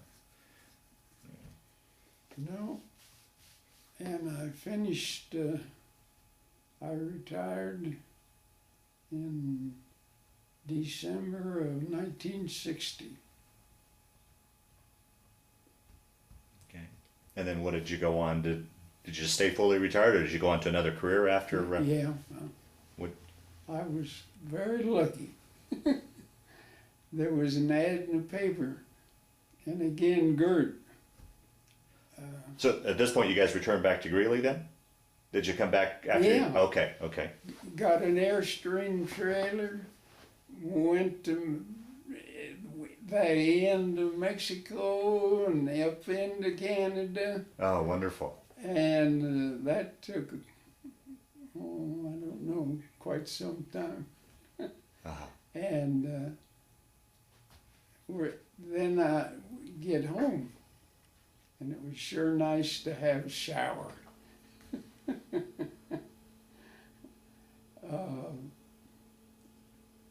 And I'm sitting at the table, and Gert said, "Ken, I married you for everything except lunch. Why don't you find a place to have lunch?" Now that was kind of a hint, wasn't it? So I pick up the paper, and there's an ad. St. Anthony Hotel desires help needed in the sales department. And I thought, what in the world does a hotel need in the sales department? Well, I go down, piece of paper, and Sam Goldfarb was the sales director. And Sam picked that paper up, looked at it for, I don't know, a couple minutes, laid it over. "Ken, what do you know about hotels?" "Well, not a damn thing except what you learned by staying in them." And he said, fine. I have had 2 sales directors that after a month's work know more than I do. Now, I'd be happy to have you aboard if you will do exactly what I tell you. And I said, you got me. And he taught me hotel. It was about 2 months before I was really doing anything. I worked a week in the garage. I worked a week in the what is it? Like the front desk, and I mean, they just kind of had you work Yeah. in different parts of the. Yeah. Okay. Uh-huh. And then I got up in the office, got a desk. Now, Ken, don't answer the phone till you've been here a little bit. And the rule is that if you don't know, say so. Don't ever tell anybody you think. And do what I'm gonna teach you. And then he starts on me. And they had a print shop. They had dry cleaning shop, and they had, of course, the bellman, but he taught me salesmanship. That's what he did, and I worked with him for, I think, 10 years, and then the Chevy guy, he had just built that, I've forgotten what the name of the hotel was, over on the river, and he said, we're needing you over at the hotel. And what do you think you're worth? So I just took my salary that I was getting and doubled it. I will see. And damn if he didn't take it. Yeah, he knew Sam. And I wound up being president of the hotel and sales, and there's another word for the state. And how many years then altogether were you in the hotel business? Another 10, about 20. 20 years? Yeah. And then you fully retired? Yeah. Well, no. Sam and I formed a corporation. We got together and we formed Scenic Tours of Tejas, Texas, and did tours in San Antonio, in Texas, and in the U.S. Huh. Wow. Yeah, as we got brains enough to do. And that was kind of nice too. And Sam died. He was a World War I aviator. Wow. Yeah, and I love that man. Yeah. Wow. And how long did you have the tour business then? Was that after you got out of the hotel business, or was that in parallel with your doing both, or? Well, we both resigned our position Okay. in sales. Sam had been in his lifetime a radio announcer in sports, so he knew all the sports people. And in those days, this was, gosh, I'd have to look it up. But in those days, everybody was after conventions. Just, you know. Mm-hmm. And, but nobody was taking care of them after they got here. So our tour thing fit right in. Okay. Yeah, and we also, he knowing all those sports people, we would haul these guys to Dallas and Houston by the busload. And how many years did you do that business then? Well, till Sam died. And it was probably, 5 or 6 or 7 in there somewhere. Every year we did, we started out, the first year I forgot, we made $500, I think. And the next year we made 50,000. Oh, we done. Yeah, just. Yeah.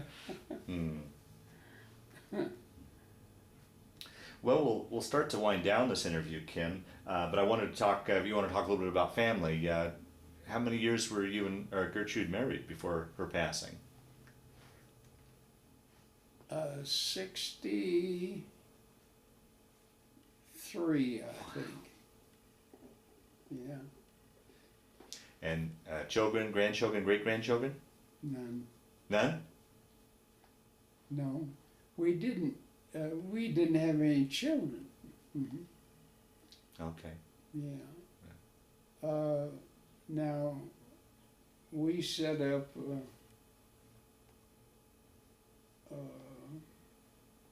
trust, and we pay the college fee for all the kids that want it. Is that right? Yeah. Wow. Yeah.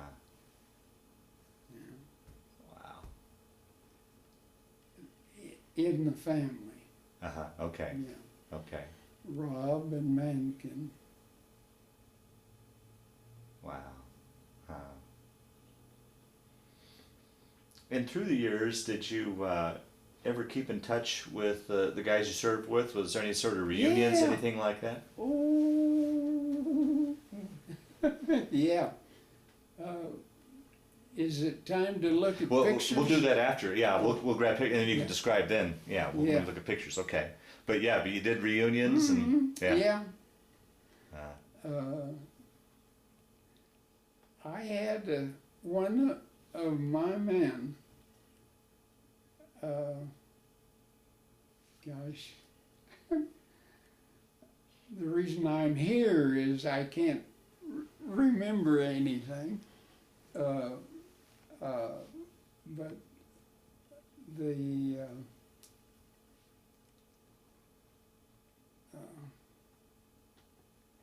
what was I gonna say? talking about one of your men. Oh, yeah. Had started a furniture factory. And he had started it with a friend of his that had just started these motels. So they're together, each doing his own thing.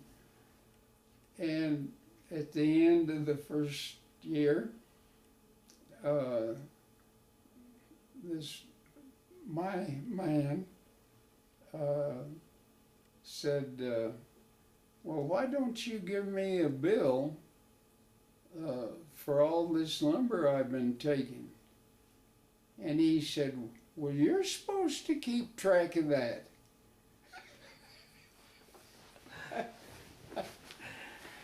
What? I ain't keeping track of nothing. And this is true story. Yeah. Yeah. And they're both knee deep in money. Oh, I'll tell you. And he wound up, there was a college in Tennessee that was going under, and he financed the college.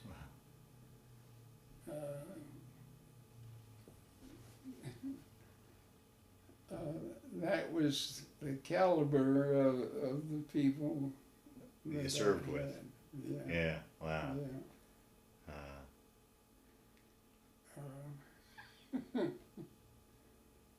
Yeah. We another one was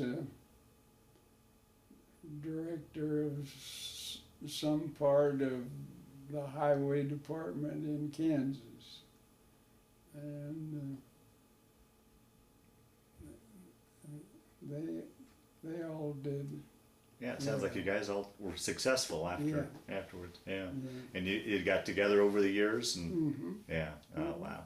Yeah, it was nice. I'll be darned. Mhm. Well, Ken, as we wind down this interview, is there anything I didn't ask you that you wanted to talk about, or any other stories that have kind of floated to the top as we've been talking here, so that ideally we covered your story as best we can, or do you think we did a pretty good job of covering it? Oh, I think. I'm sure there's hundreds of stories that we could dive into, Yeah. but I'm hoping that we covered your stories pretty much as best we could. Mm-hmm. Okay. Yeah. Well, the one last question I always like to ask in this interview is, how do you think that period of time when you were in the war and your military experience, how do you think that changed your life or affected your life or played a role in your life? Or was it just simply a chapter in your life that you went through? How would you answer that? Well,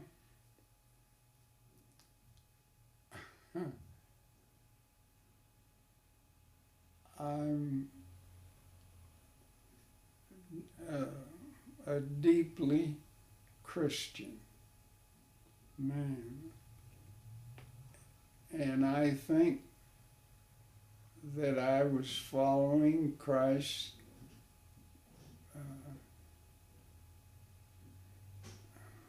I want to say talks we had.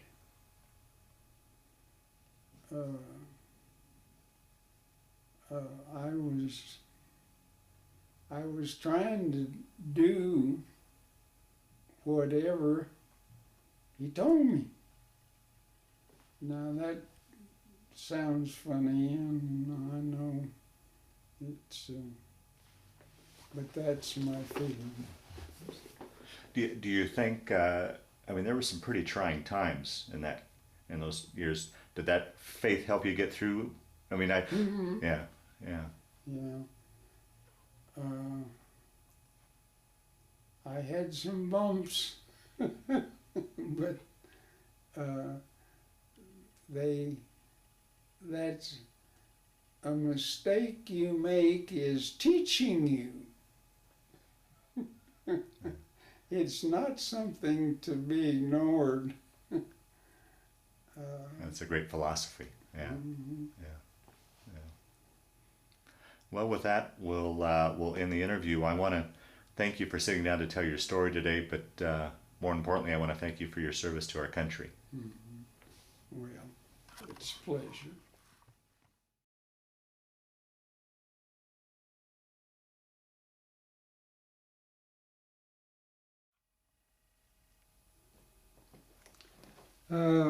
This is a picture of back in the early days, in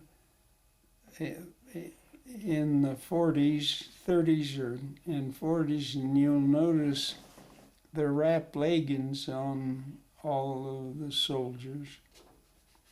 And so this is you right there? Yes. Okay. And so this was the original National Guard unit you were in, correct? Yes. Okay. Well, that's in the courting days, long, long ago. Yeah. Now this is a picture of you as a first lieutenant. I think from the writing on the back of the picture.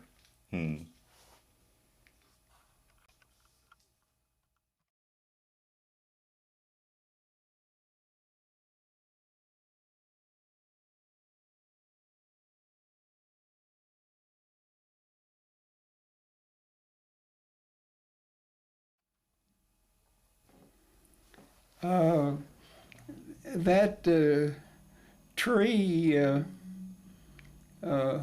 sure is popular. Yeah. Now what is this here that you set down? What is it that just a cartoon that you like? Or? Yeah. The printed form there. All this, and you can expect pecans too. Yeah. Lieutenant Colonel, Infantry. This is the 4th Army patch. It later turned into be the same area, 5th Army.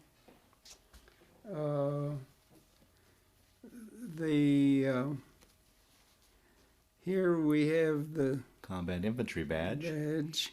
Now, what does the star signify? The star is for Korea. Oh, okay. You get the bar, and then you get a star for each other war you're in. Bronze star with valor. Yeah, for value. With for value is for 4, and 2 are for service. So you received 4 bronze stars then? How many times were you awarded the Bronze Star? Is it 3 times? Look like 3 clusters. Yeah, 4. 4. You got 3 clusters and 1 bar. Now, is that all from World War II, or did you get something in Korea? Well, right now I don't know. Okay, yeah. The 3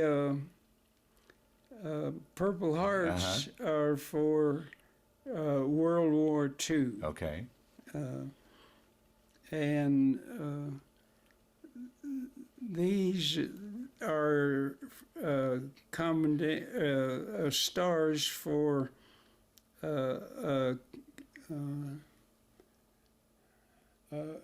combat.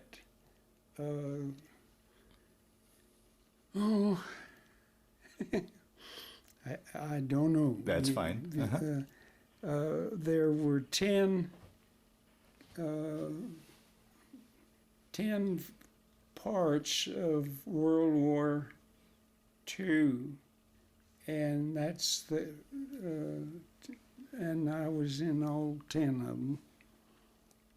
And these are service awards. Now, what's this pin right here? That's a glider badge. Oh, wow. You're qualified as I taught that to the A Division. I'll be darned. And then over here it looks like a presidential citation. And then a Korean presidential citation, correct? Wow. Very good.